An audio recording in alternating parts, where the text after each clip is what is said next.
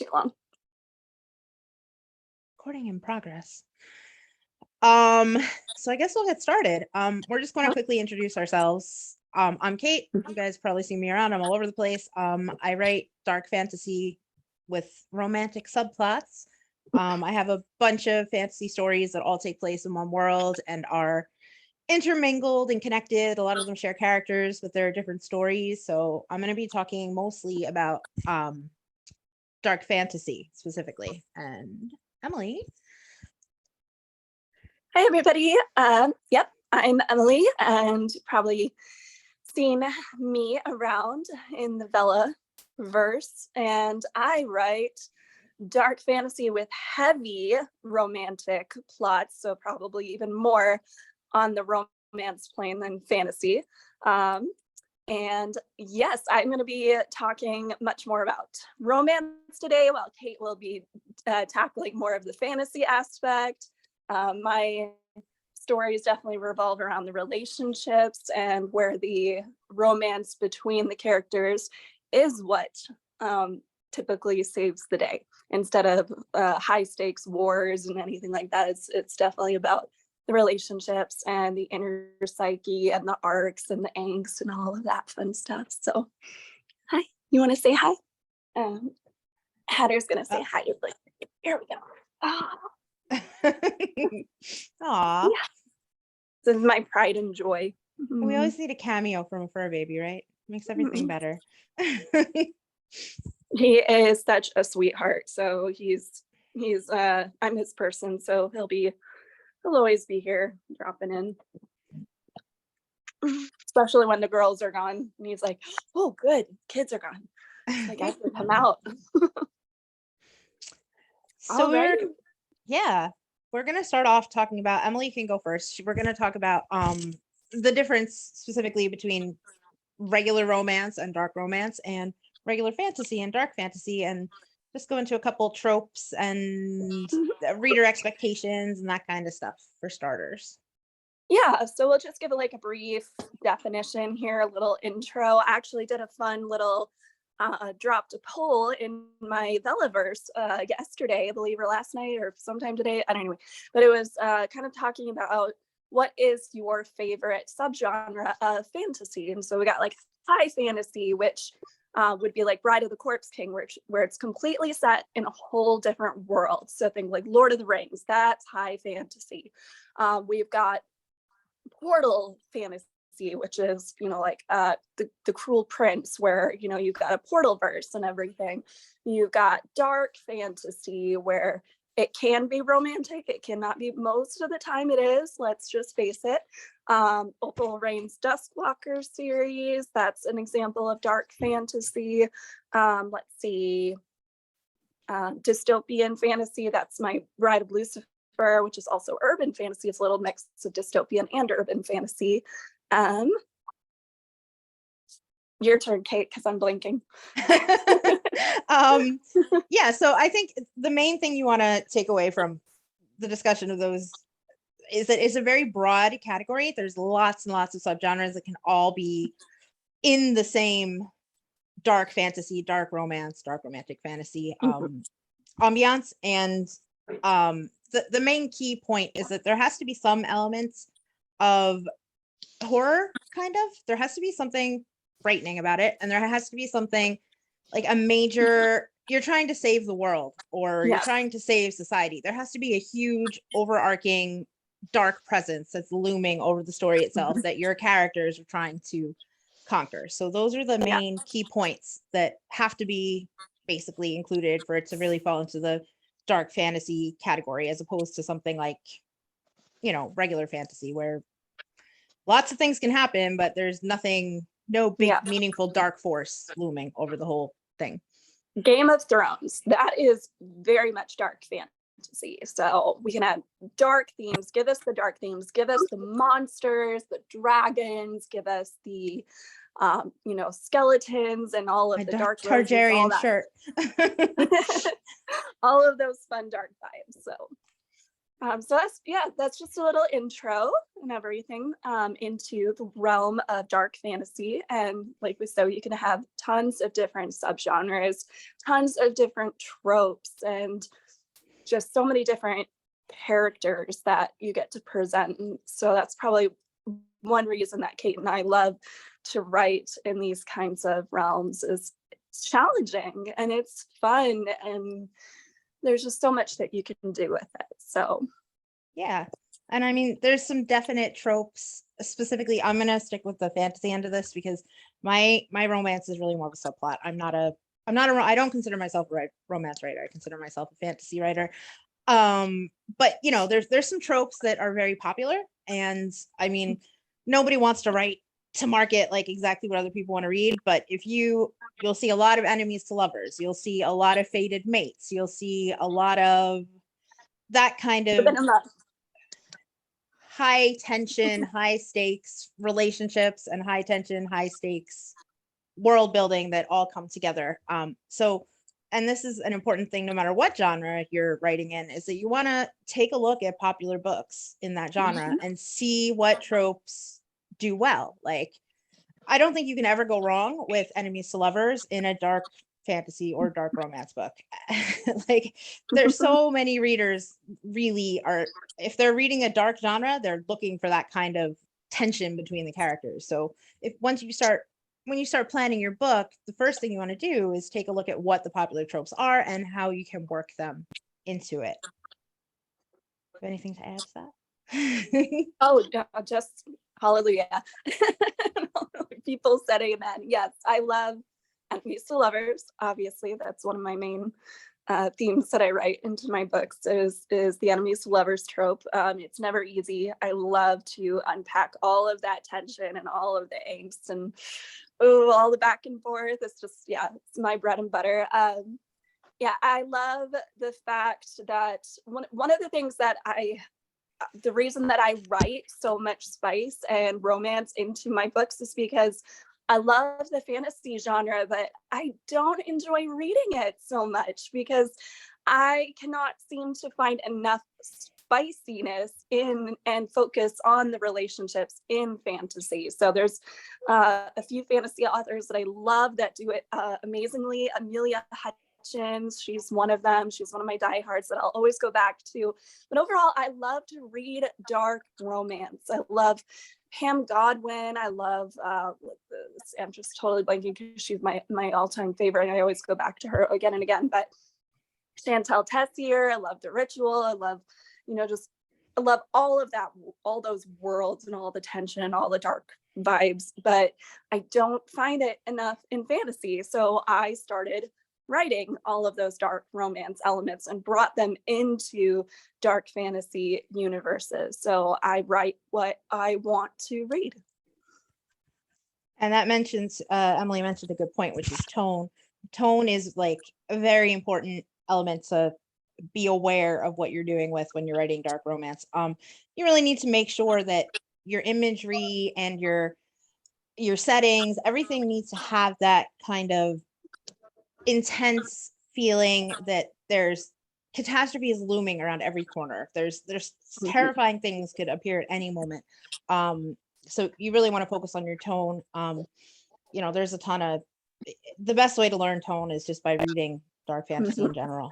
And that doesn't mean you have to have like catastrophe high stakes. It can be low stakes. Like I've got Grim Beauty is very much a dark fantasy fairy tale retelling, but the stakes are very low. It's there's no wars, there's no big battles going on. It's very much low stakes, but there's extreme tension, suspense, intrigue. It's without a doubt, it's become the one that readers keep coming back to me and they keep wanting to know what's going to happen next out of all of the books that I have written. So and this is the first time I have written something that is seriously low stakes, and I'm loving it. So, so it doesn't have to be all those battles. And my stories are all the opposite. It's all the battles. Which is why I love to read. I love to read your stuff. Everyone, yeah, that's what we were talking about before. There's so many different ways you can take it. Do you guys want to we'll come back and talk about more stuff, but does anyone have any questions or comments about what we covered so far, the different tropes, what works, the genre itself, anything? Oh, see chat. Yeah. Oh, I missed. Oh, thanks, I Christy. just want to get capable. I think we'd all like to be capable. I'm gonna go hide. Writing 12 hours a day, that's the dream. Sometimes it's a dream, sometimes it's not. Sometimes it's a nightmare. All right, then maybe we can get nobody has any questions. Maybe we'll go, where do we want to go next with this? This is where my constant lack of planning tends to falter for me, because I had an idea of what we were going to do here, and now I don't have it in front of me, and I'm like, Like, we just that was Emily and I were on the phone last night for an hour, and now we're like, what are we doing? like, okay, it's only been 10 minutes. I thought this was gonna take much longer. Okay. Yeah. Okay, let's have everybody decide what they want us to talk about next. Do you want us to talk about craft and elements of writing, or do you want us to share a couple excerpts from our work? So drop your votes in the comments. Or shout them out. Or that. Nobody cares, so I guess we'll just pick one. Craft and writing excerpts. What's your process? Okay, what's your process is a good question, and do you outline is a good question. These are good questions. Let's start with the first one, which is what's your process? So Emily, do you want to talk about your process? Oh, Emily disappeared for a second, so I'll talk about mine first. My process is pure, utter, unadulterated chaos, and it's very different from Emily's. So this should be an interesting little exchange of ideas. I work on many stories at once. I do not work on one story at a time. I write and upload as I go. Go potty. What happened? Go potty.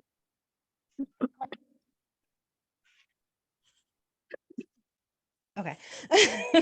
I thought someone was asking a question, but I think it was just background noise. Yeah, I work on many stories as I go, and I write one episode, I publish. I write it, I edit it, I publish. Write another, edit, publish. I have like a rotation through my stories. I always have 2 stories that I'm updating daily, because those are my next 2 long form releases. And other than that, it's throw caution to the wind, whatever I feel like writing. But I write every single day, and I'm not exaggerating, for 8 to 10 hours every day. There is no, unless I'm like really sick or like we're away or something, there's no pause in between. It's 8 to 10 hours a day. Kelly asked if I edit my episodes after publishing. I don't, unless it's something really glaring. What I do is I have a professional editor. Guys, if you are in the background and you have like TV Yeah, and make stuff, sure to mute. can you mute yourselves? Renee. Yeah, I don't re-edit for Vella. I have professional editors edit before I release in long form. So yeah, I write and edit as I go, I release, and then I have it professionally edited when upon completion. And yeah, I always have 2 stories I'm doing daily, and then everything else is kind of in between. I don't outline. I was a creative writing major. I was subjected to years of being forced to outline. I can't do it. I hate it. It ruins my creativity. I go into a story with characters. I have very defined idea of who my characters are and what their main goal they want to achieve is, and like a couple things that might stand in their way. So yeah, that's my outline, is just the characters and the things that can stand in front of them to block them from achieving their goal. And yeah, I always, every Vella I do, Rebecca goes to ebook. There's no, as soon as the 30 days are up, I launch it on ebook. So that's my overarching process. Now Emily maybe can share hers, because she's different. Yeah, well, and so much, it varies according to the book. I also creative writing major and was exposed to all of that outlining. And actually, the best book that I ever wrote was one where the outline was so detailed, scene by scene. I wrote everything out, and I even had a professional author and teacher and everything check it out, and they loved the outline and they said this was perfect. Started writing in October, wrote 120,000 words in 3 weeks without breaking a sweat, barely ate, barely slept. And the characters basically took that outline and shredded it. And I was in the driver's seat 1 minute, and then they basically kicked me out and left me to hitchhike the next minute. So I find the best times that I write is when it doesn't ever go according to plan, and where the characters just take off and they know exactly what is supposed to happen. That happened for the final 50,000 words of Bride of Lucifer 3. I went to the coffee shop and just ended up writing 10,000 words a day in 5 days, and bada bing, bada boom, the book was just done and it was perfect. It just all came together like a tapestry. But normally I start with an idea. I start with the beginning, the middle, and the end. And I have various little scenes that play through my head like a movie reel. This is not the case for Kate. She and I had a fun discussion about this, how most writers see like the scenes in unraveling in their head like a movie reel. And she is not like that, which I find so incredibly fascinating. I have That aphantasia. Yeah.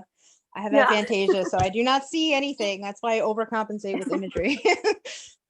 And I see it all. Like it's like always there haunting me. And if I do not get it down on paper, it drives me crazy. But I'm very ADHD and I tend to dig in like a tick. So I just roll with the vibes of whatever I really want to write at the time.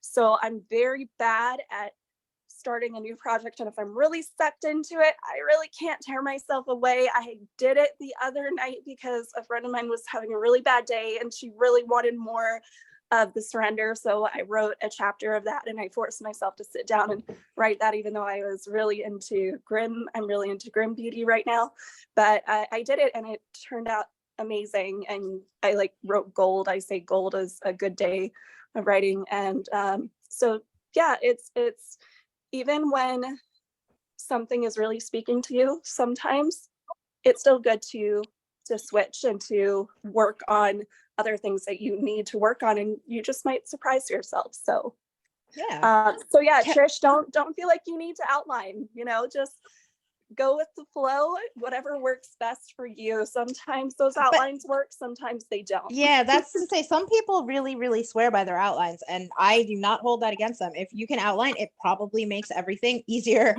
honestly. But some just can't. You have to figure out your own process and what works for you and what doesn't. It's worth it to try outlining and see how it works for you if you're not an outliner. And if you're miserable, then just go back and try something different.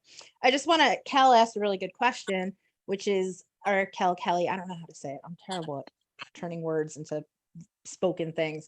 How do you balance dark fantasy versus romantic elements? And this is another area where Emily and I are pretty different. I lean hard into the fantasy elements. My stories have romantic subplots. You may get like 1 or 2 spicy scenes, like just to, really hammer home like a key point in the story where the characters really reach some culmination point. But I do not, the romance is never, almost ever, the main central focusing point. And that Emily is kind of the opposite. And that's the point, is that there's really a broad spread here. You could do it either way. And it's still dark fantasy romance. You're still in that category, no matter how, as long as you have elements of both, it's enough to call it dark fantasy romance. Exactly. Yeah. I mean, when you're definitely more on the romance side, like me, it's all about tensions, and it's about the back and forth. It's about the tension. And I love, one of the reasons I love Pam Godwin so much is, even though she's not fantasy, she's dark romance, and she is a master. Like, she's a goddess of writing the emotion and all of the deep tension and the sexual tension and everything. And I love to incorporate so much emotion into my writing, and not just not just the typical emotion that you would think of, but pairing it with all of that deep imagery. And we'll definitely get to reading excerpts, and I'll give an example of that and everything. And Kate will give an example of hers. I really liked Shannon's. Wait, hang on. Let's go back up very briefly, because somebody asked also. Rebecca asked, "Do you ever change the story from Vella to book?" Kate, good question for you. Yeah, I don't get any. I use professional editors for everything, because even though I am an editor, I do not trust myself at all to see my own faults. But I don't think there's an editor in the world who could keep up with my Vella publishing schedule. They'd want to jump out a window.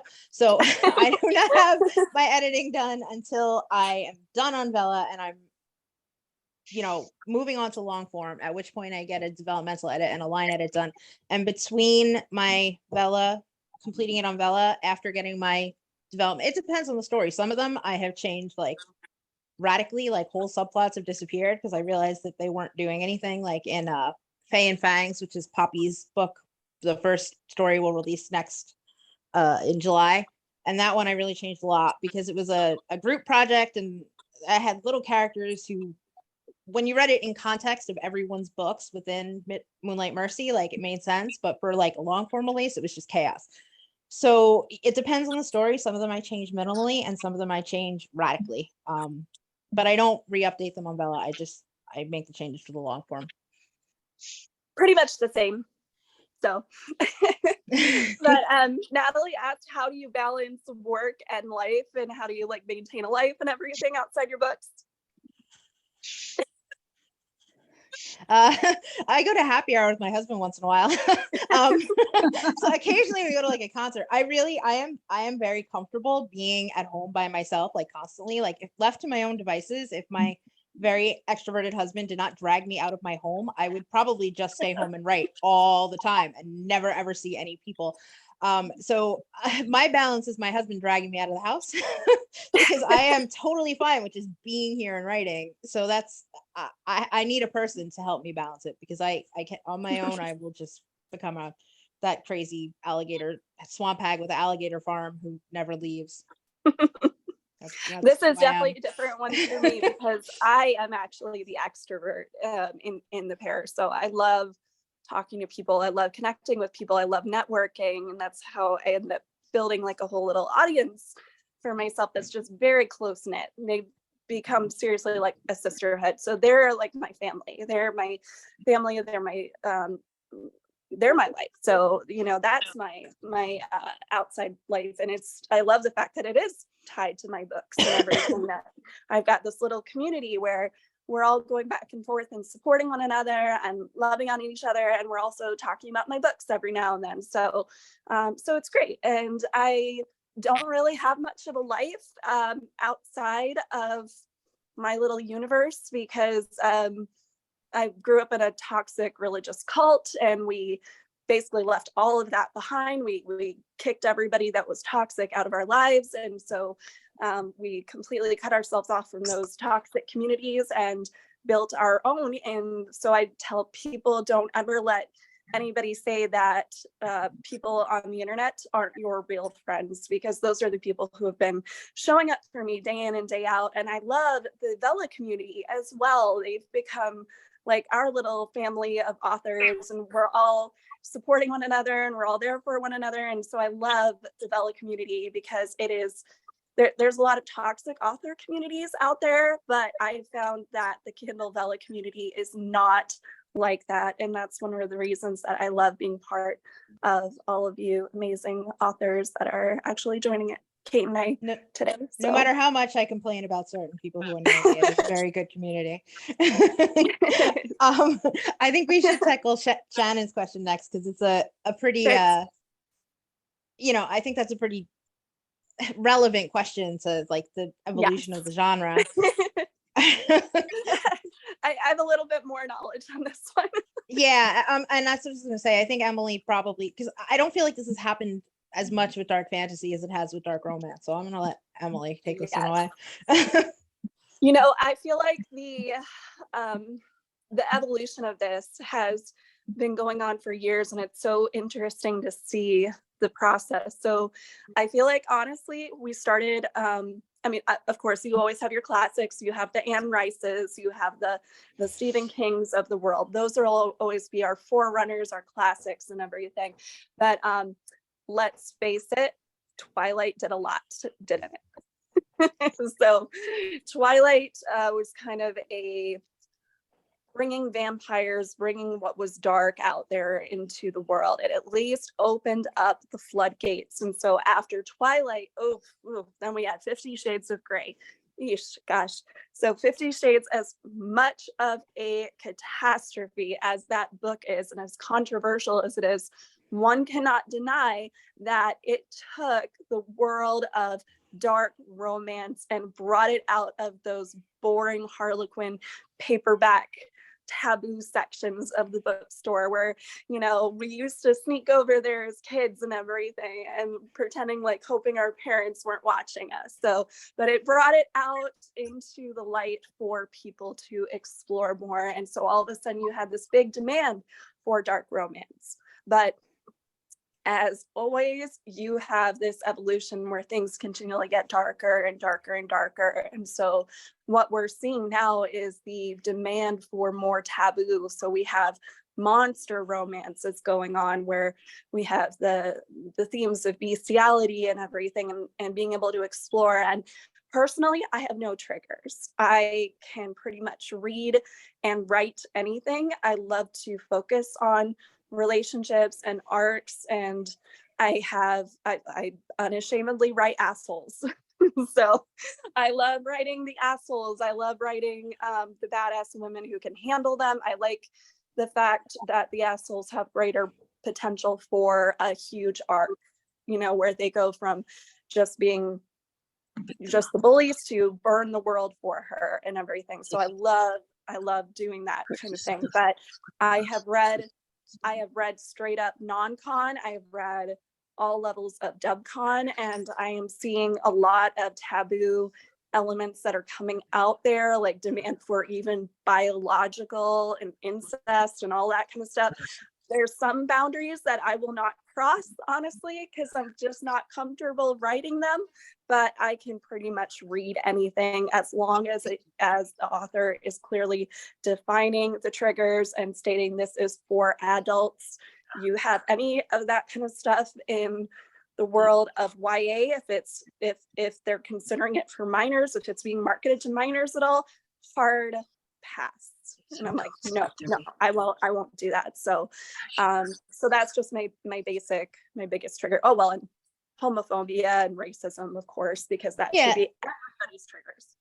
And I think another good point is that just because that seems to be like the trend right now doesn't mean you have to do it. Like just because there's a lot of really, really like visceral, dark, almost like borderline gruesome, twisted stuff out there doesn't mean there isn't still a market for other things that are less that way. Or like I wrote Pay the Toll. It was totally a joke. And I don't know, somehow all these people love it. I was making fun of this whole monster. Like it all started because I was making fun of this whole monster romance trend where people think it's like so hot to like get down with creepy bridge trolls, you know?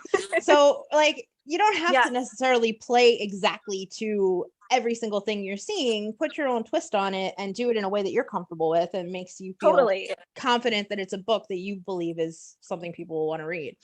Yeah, totally. A friend of mine, Elena Gallios, so she's going viral right now for her book. It's called Tethered, and it's definitely more on the new adult side. And she wrote a vampire love story. And, you know, vampires are back in, but it's not, it's dark fantasy, but it's not that dark. It's not dark romance. You know, she did this lovely little love story of an arranged marriage to a vampire. And it's great. And it's definitely what is in demand right now. Is sometimes people just don't want the huge badass, you know, feminist kind of character and everything. She's definitely written a softer female protagonist who likes books and just is not what you would consider a fighter and anything. And that doesn't mean she's not a strong protagonist. So everything will swing back.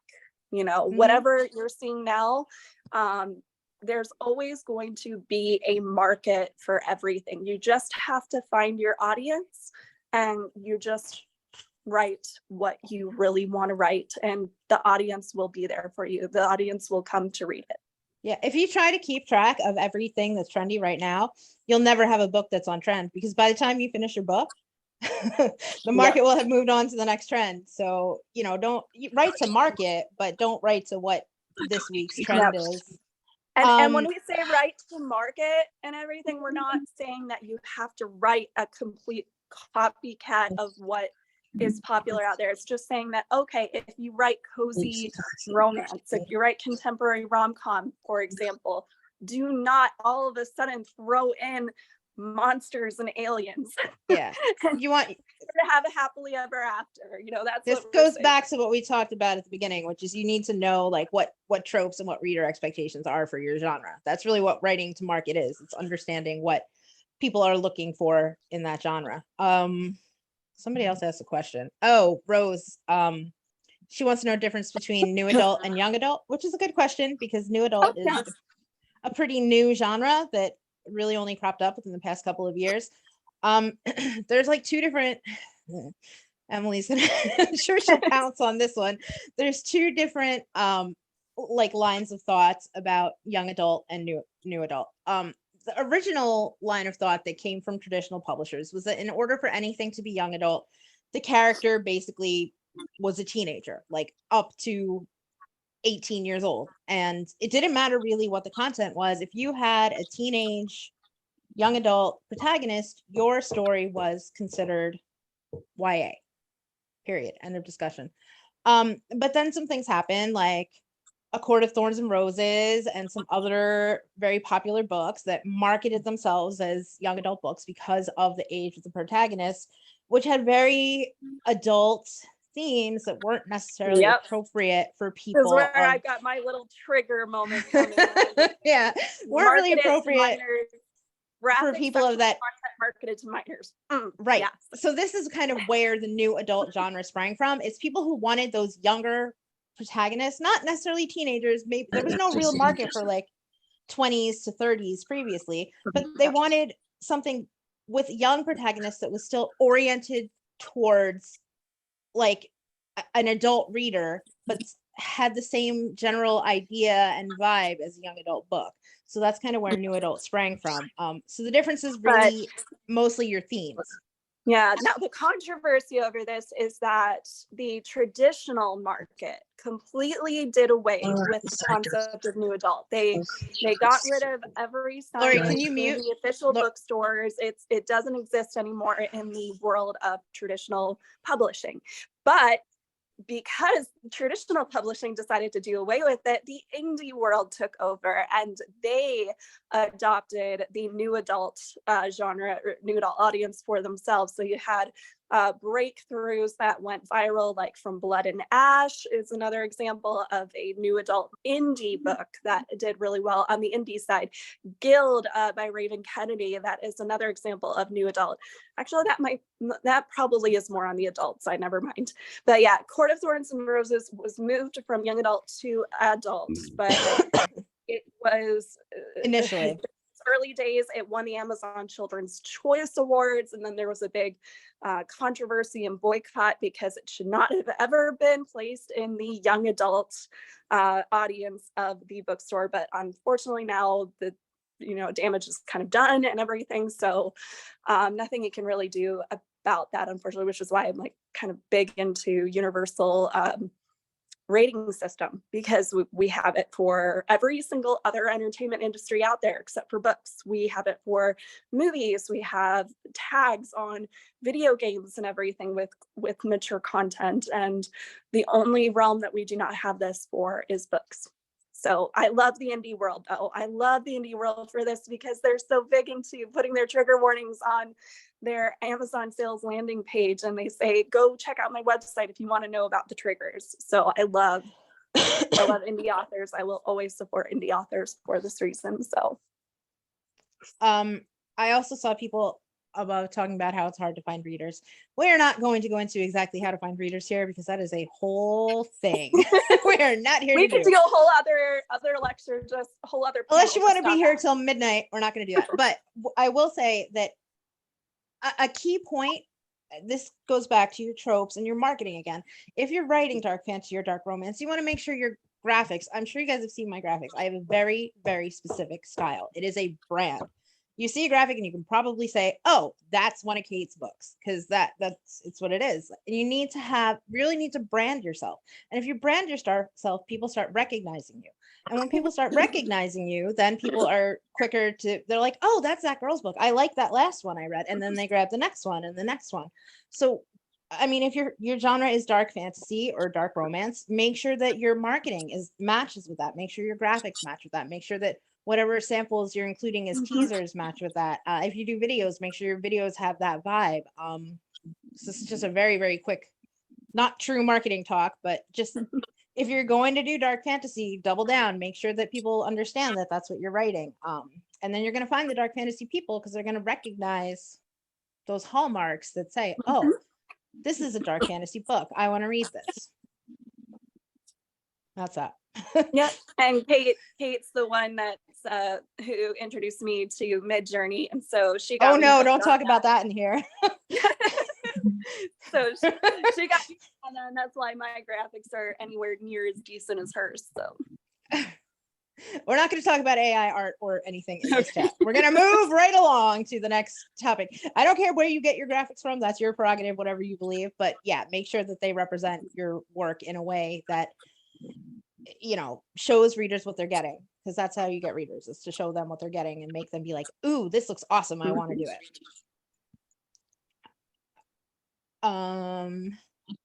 Thanks. Oh, Glad you like my graphics. Yeah, that's what I'm looking for. I'm looking for questions. Yes. All my books are labeled NA because I don't know any more, but nothing is tame. That way about Twilight when my daughter was young and it first came out. Yeah, Twilight. I was a Twilighter back when I was a Twihard and everything. I've got mixed feelings about it now. I never did the Twilight. Yeah. Skipped Can't right over deny it. that I loved just the way the community was back then. I should say I loved the world of books back then. I loved going to those midnight parties and just connecting with people in person over books. And now everything's like TikTok, and if you're not into what's popular, then you're not in the clique and everything, and it's mob mentality. And so I guess I should say I just love small communities, and I love bonding over what's underrated and everything, which is why I love indie authors. So, and that's another good point about marketing any book, but also your dark fantasy book. Communities, like a lot of my followers, I have like 10,000 followers. A lot of them I met just in like groups, like genre groups, like the dark fantasy group. I didn't go there and try to sell my books to them, because people don't want you to try to sell your books to them in those groups, because there's like 4 million people who all want to sell their books. But you can make friends in those groups who have similar interests to you, and then once you're friends with them, they might get intrigued and they might buy them.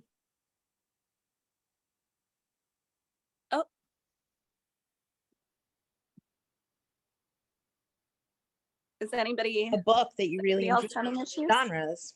There we go. What happened? Oh, it might be my connection. My connection might be having a little bit of iffiness right now. I think it was me, because it just told me the connection was unstable. It seems to happen at this point in every video. Once you find your audience, once you find that little community and everything, they're going to branch off from whatever hooked them in the first place, and they're going to read other works by you. You know, that's what happened with my readers, is they came for Bride of Lucifer, and they've stayed for pretty much everything else that I've written. So just got to find your audience, got to find that little community that's all yours. You know, of course, we're all hoping that we could be the 0.01% and everything of those authors that go viral and become the big, you know, sensations. That's the dream for every author. But, you know, it's okay to start small. It's okay to start with just that little community and building from there. And most of the time, for 99% of the authors out there, it is organic. It is organic growth. It's small raindrops and small drizzles. It's not coming in a big hurricane deluge and everything. And that's okay. And if you're one of the ones like Stephen King says, where you wrote something and somebody paid you for it and you used that money to pay the light bill or the grocery bill or whatever, he said he considers you very talented and you are in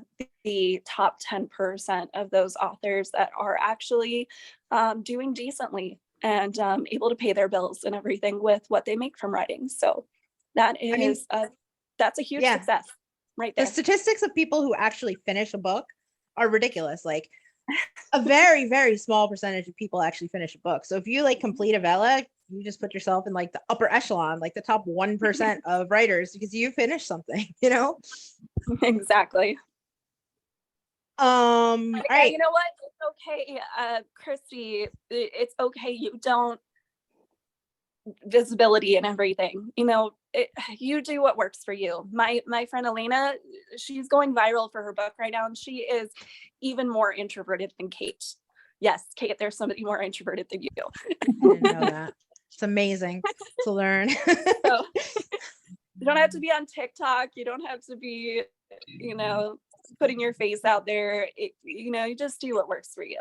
So, but it does, you know, sometimes it doesn't hurt to like step outside your comfort zone. Like I've been trying to get my face out there a little more than I used to when I never ever put my face out there, just because I feel like it's something I can do. Like, all right, I don't really like people looking at me, but like I'm not gonna die if people look at me. So it can't hurt to once in a while, like get out there and do like a little live on TikTok or something. So sometimes like just step outside your comfort zone and you might find that like it doesn't bother you as much as you thought it did.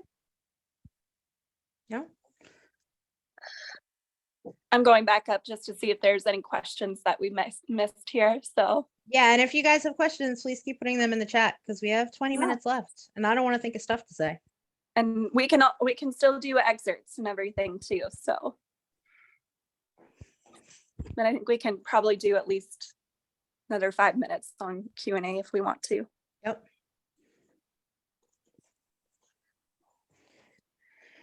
All right. Well, then I guess we can. What was your hardest project to complete? Oh. Rose. Your audience. Which one do you want to do first? We'll just start. We'll go in order. We'll start with the first one. My hardest project to complete, which is my favorite project ever, is Girl Beyond the Veil, because that book I started in 2019. And it was the biggest frigging mess in the world. I had like 14 POV characters in it. Who does that? So I had to really, really heavily revise it down to the 2 POV characters that are in the book. That's a lot of revision.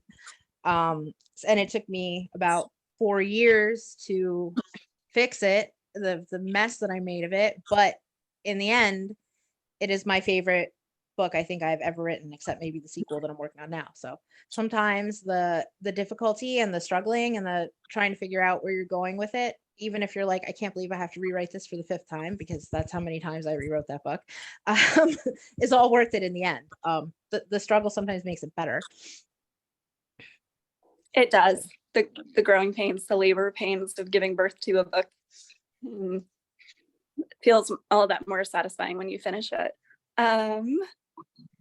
Now this kind of is a 2-part question because it depends on if you're talking about my projects before I rebranded or after, because I started rebranding in 2021 after in 2020 I kind of had my big awakening, and that was that one project I referenced where I wrote 120,000 words in 3 weeks, and then I literally wrote the 120,000 word sequel in 1 month right after it, and then I wrote the 3rd one, which was 145,000 words right after that. So three books in 3 months, and I had just a big, huge change in identity and in my writing, and I found my voice, and so it was beautiful. So I mean, if you'd asked me before, I would have said my aviary book, which because it took like 10 years, and I had a lot of struggles with that one, but I had a lot of struggles, period, because I hadn't found my voice yet. So if we're talking about post rebrand though, I definitely say Bride of the Corpse King. And not because of the writing, because I was in this new beautiful place of writing and I had found myself and I found my voice, but because of the circumstances that were happening in my life at the time. And just for those who already are aware and know my story, I launched with Vella the same week that it launched. And at the same week, my husband was recovering from cancer surgery. And so he was completely out of work, and I was basically working 80 hours a week on writing Vella and marketing Vella to try and bring in extra income while he was out of work. And he had chemo in the fall because his cancer was so fast and aggressive. It was so rare that he also needed chemo for it. So I was working through the fall while he was in chemo, raising our 2 little girls and everything. And then can't make this stuff up. Literally the week that he finished chemo, he ended up in the ER with 2 infections. They got that taken care of. The day after he got home from the ER, I wound up in the ER. So I wound up in the ER because I had been, because of Vella, I transitioned to a stationary position, and it unfortunately led to blood clots because I have blood clotting disorder. So I ended up in the ER multiple times that week with blood clots, and one that went to my lungs, and I had to be hospitalized twice during that whole month. And I was writing all throughout that whole process. I just loved it. Basically kept me breathing. It kept me surviving. And so I literally say that Vella saved my life and Bride of the Corpse King saved my life because I was so overwhelmed with depression and my PTSD that year that I truly don't think I would have made it without writing that book and without being part of Kindle Vella. And that just kind of gave me something to hold on to. And so it was a very dark time and a very dark book for me to write. And it's the only reason I have not gone back to write sequels, because I was literally on the edge and almost died. So I just haven't been able to go back to write it. But it's still a beautiful book, and it's where I started, and I'll always have just a deep love for Bride of the Corpse King. Oh man, I did not mean to get so happy. Yeah, I'm like, let me get this back to something happy before Emily starts crying. Tracy asked, do you try to be more original or deliver to readers what they want? I mean, we kind of talked about this at the beginning with the reader expectations. There is a certain level that if you do not cater to that reader expectation, people are going to pick up the book and be like, what is this? Like, this is not like dark fantasy, or this is not dark romance. So to some extent, you need to understand what your genre is. And then once you understand what the genre is and what the reader expectations are, if there are certain elements of it that you don't like and that don't work for you, or certain elements that you really want to hone in while ignoring other elements, you can definitely do that and you'll still find readers. But you do have to have some understanding of what the readers want, and then from there you can put your own style and your own twist on it. But there's genres for a reason. Like, you can't call it a dark fantasy if you aren't going to touch on any of the things that make it a dark fantasy or a dark romance. Yes. It's not a dark it's not a dark fantasy if you're writing about a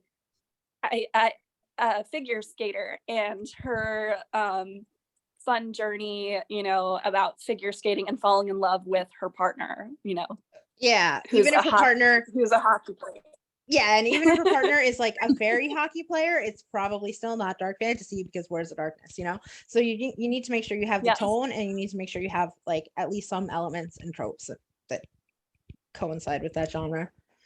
Ashley was a magical figure skater, maybe.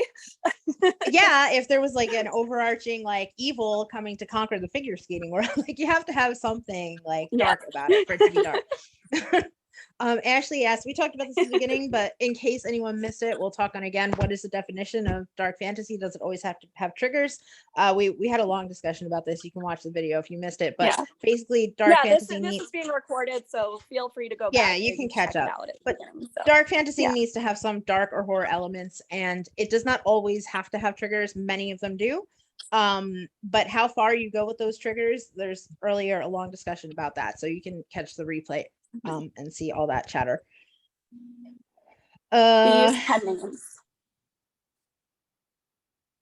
I have pen names that I use for other genres only because I write silly rom-coms about cats named Bast who try to sabotage their owners' love lives. And I do not want them on my Amazon Central with my dark fantasy because it's just not things that mesh. So I have like a rom-com pen name that I market it. It goes on my link tree with all my other stuff, but on my Amazon Central, it's a separate Amazon author account because I don't want my silly rom-coms intermingled with my dark fantasy, basically.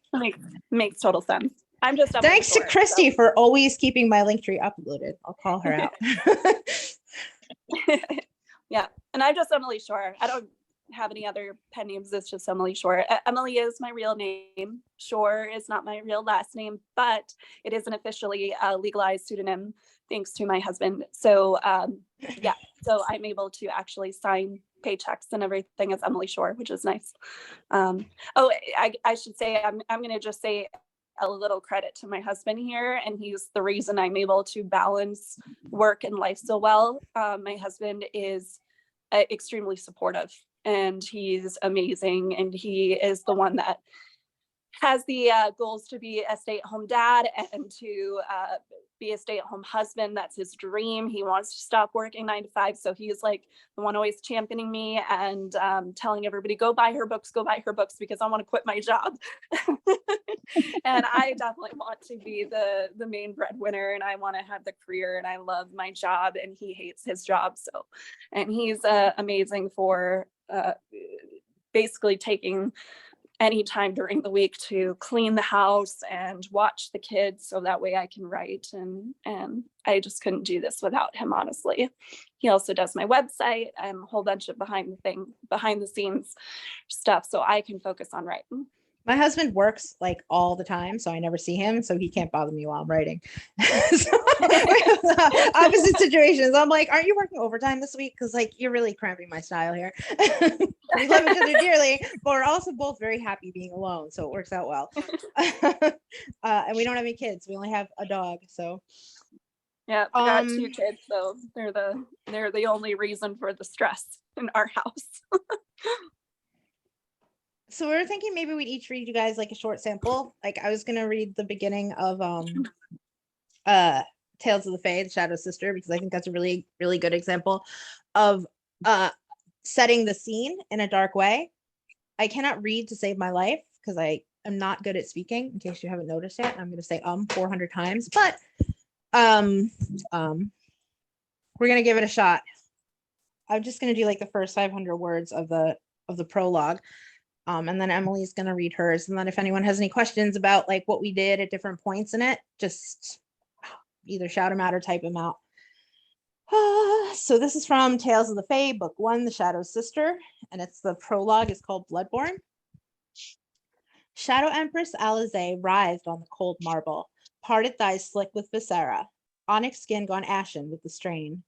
Her screams were as sharp as knives, full of dark magic as they severed the silent night. Her cries encircled Castle Black in a web of shadows that blotted out the twin moons and the very stars above until there was only darkness. The elven slave with chains tattooed around her brow, hovered over the dying Shadow Fae, wringing her hands. Her gaze shifted from Bleakheart, the sorcerer, to the Empress's engorged stomach. The babes will not be born alive. I've done everything I can. The elf spoke in a whisper that would not have been heard had the room not grown so silent and somber. The sconces on the walls guttered, with each belabored moan of the Empress. Blackheart leaned in close to the slave and hissed, I know you have ways. I'll unbind you if you use your magic to save them. The elf's eyes widened, her expression shifting from hope to terror as she realized what the sorcerer was asking of her. No elemental magic would pry the children from her womb, and Bleakheart knew it. Only old magic, forbidden magic, banned by centuries for her people, could save them. Before the elf could respond, Empress Alizé bolted upright. The blood vessels burst in her eyes as her gaze connected with the slaves, the sclera gone red, pupils dilated, swallowing the violet irises. Get them out of me, I beg of you. The once proud ruler, known for never bowing, sounded broken, her voice breathy and hoarse from long hours of screaming. I'll stop there. So I think that's a good dark intro scene. Oh, and we almost forgot to mention, for anybody who hasn't caught it yet, yes, Kate and I are teaming up, and I know we have delayed it a few times now, but I promise we are going to bring Tarot Academy to Vella in June. So you can expect Tarot Academy to be coming then. I just kind of had this little idea that popped into my head, and it was actually triggered by seeing Kate writing something about tarot. And all of a sudden I got the idea, Tarot Academy. And I'm like, okay. And then I just like jumped right onto Kate, and I'm like, we should write this together. And I'm like, you have more knowledge about tarot than I do. And I'm like, this would, our writing styles would flow really well together. And so we have We wrote the plotted it first out. episodes. We just haven't gotten any farther than that. We did write the first two, and our characters work really well together, and they're just beautiful, and I cannot wait for more. We just kind of got caught up with and sucked We into both have a our couple own of our projects. Yeah. That is totally fine. But it will be coming. It's coming this summer. So in summer, I think will be a good time to release it. Yeah, definitely. Okay. Grim, yes, Grim, and it's going to be probably more on the new adult side, growing to adult as the series goes on. But yeah, we're going to, it's not going to be like big, smutty or spicy, kind of like my books are and everything. We're going to tone it down and make it more, because I more don't want to write NA. all that smut. Any spicy things like that will probably be handled by me. I'll throw in one or two, but that's it. Yeah. Okay, so, and here's just a little bit of Grim Beauty opening. I just couldn't leave the creepy abandoned house on top of the hill alone.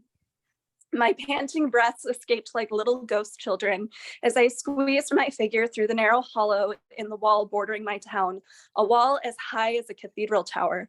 The first time I did this, it was smaller and I'd had to carve my hunting knife through the grit, trimming the looser stones. After I turned 16 and my breasts grew by 2 sizes, I had to carve away a couple more stones. Worth the cracked and bloodied fingernails both times. They never found me. Fire thorn needles prickled the back of my neck, adding more shivers to the ones crawling down my spine like icy fingers. The scarlet berries in full bloom masked my red dress.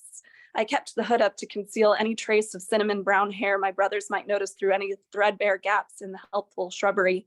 Stepbrothers, I wrinkled my nose. My real brother was off fighting in the Fey Wars ever since he was conscripted. Eventually, my stepfather gave up trying to force me to call them brothers. They were close. The sound of heavy boots trampling down the little wooded road near the wall sent panic shuddering through my body. I sucked in a deep breath and froze. Chastised myself for the second helping of ginger crumb cake, but it wasn't the real reason why escaping was more difficult. The real reason was why my stepbrothers were hunting me in the first place. Come on, Hugo, Asher grumbled a few paces away from my hiding spot. I wiggled a little. Squeeze, stupid hips. Almighty buffle-headed thunderation.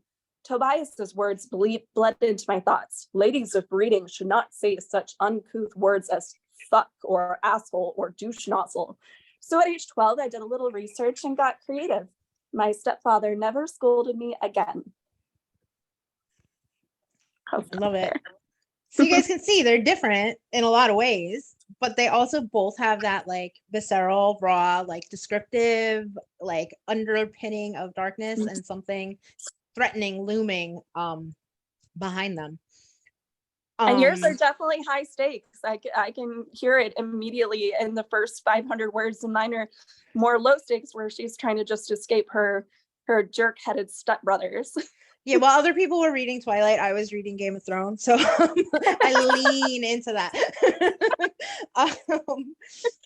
But yeah, that's what makes writing beautiful. Like these are two, I mean, I think mine's good. I think Emily's is good. These are two stories that fit into the genre overarching, and they're completely different in some ways, but they're still hitting the target points that will make multiple readers like both of them. So, that's why as we said earlier, you don't have to write in a very specific exact way. You can take your strengths and play to them and just use the expectations of the genre and work around them with your style.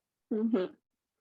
And our styles work really well together. We're both strong in our imagery and our prose, and we both have strong voices. And so I'm definitely excited for Tarot Academy. So Yes, it's going to be super fun.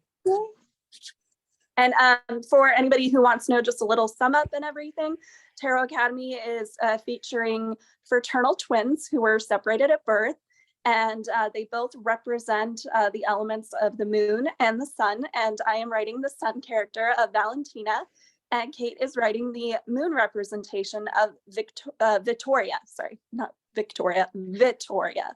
They're both Italian names. And it's going to be Italian-inspired portal universe. And oh my God, this is just, the world building is going to be so much fun. And it's so beautiful. We're already having fun making graphics for it and everything.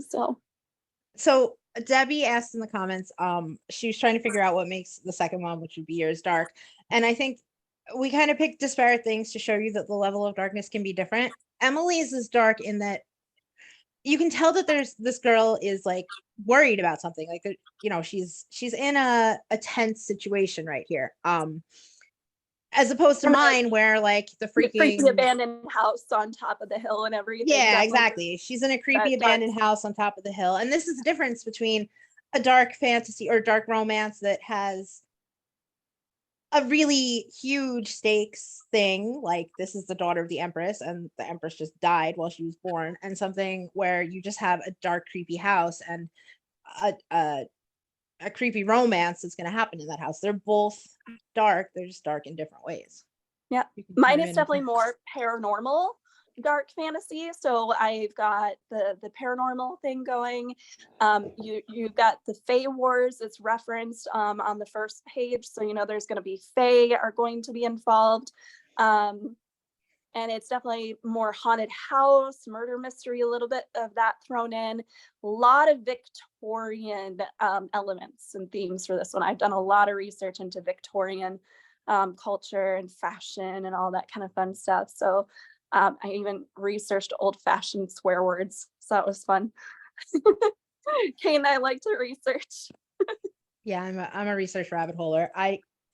I have so many tabs open on this computer. I don't even know how I found the Zoom meeting because I have all these research tabs open on it. We're like getting down. We are at the end of our time together. But if anyone has any quick last questions, type them or shout them out now and we'll get to them. And thanks for coming. Yes. The next one. The next one. What do you mean book funnel? You mean Vella? You mean Vella? Yeah. The next lecture. Oh, okay. I don't know. I don't even know how book funnel works. I have not figured out book funnel yet. This one, we're gonna have this. I don't know if this is what you mean. I'm gonna post this. Oh, the links aren't working. Oh, see, you're gonna have to ask Azriel or someone about that because we are not in the loop with the links not working thing, to be honest with you. Yes, I didn't even know the links weren't working. We're just participants. No, that's okay. Yeah, I wish I could answer that. I can't. Yeah. So, yeah. And no, this was the first year that this has ever been tried. So there's growing pains, and now I'm sure everybody, the organizers will be much more knowledgeable and on top get of the kinks what out to do next year. Yeah. But thank you for coming. Debbie, if you want, I can shoot you like just send me a message and we can talk about it if you want. Okay, that sounds cool. Or both of us. Yeah. Or both of Emily you. too. Yeah, both of us. Either one of you, both Okay. of You us. can get our disparate opinions or talk to us both at the same time. Where either way works. Yeah. If anyone else, I love to talk to other writers. So yeah, and if anyone else has questions, you can shoot me a message anytime. I might not answer you immediately if I'm like reading 1,000 episodes, but I will get back to you. Both of your samples were awesome. I remember actually reading those when I was first reading some of these. So yeah. Oh, thank you. That's one of my Thank favorite you. stories. So Grim Beauty is definitely my favorite Vella that I have done, which is difficult to imagine because Lucifer was my most popular. But yeah, Grim is my favorite one. So might just be one of my favorite books ever that I've written. So I've written a lot. That's Yeah, Out of New York City is my most popular, and that was another thing that I started. Like, it was supposed to be a 5,000 word fiction piece for an anthology, and now it's like 3 books in. So you never know what's gonna be a hit and what's gonna Yeah. not. So I still like Tales of the Fae. That's my favorite. So. All righty. Well, I think we are good to go. yeah, I gotta go watch the Knicks game if it's still on. So No, I'm here on taking- the West Coast, it's the Kings versus the Warriors in the playoffs. So we got to go watch basketball. yeah, that's what we were watching when I came up here. I gotta see who won at least. I'm Thank you taking my guys kids to again. the park, and I am gonna get some writing done while they're playing at the indoor playground. So, yay. Two All birds right, with bye, one bye. stone. Bye, everybody. Bye. I'm gonna hit end.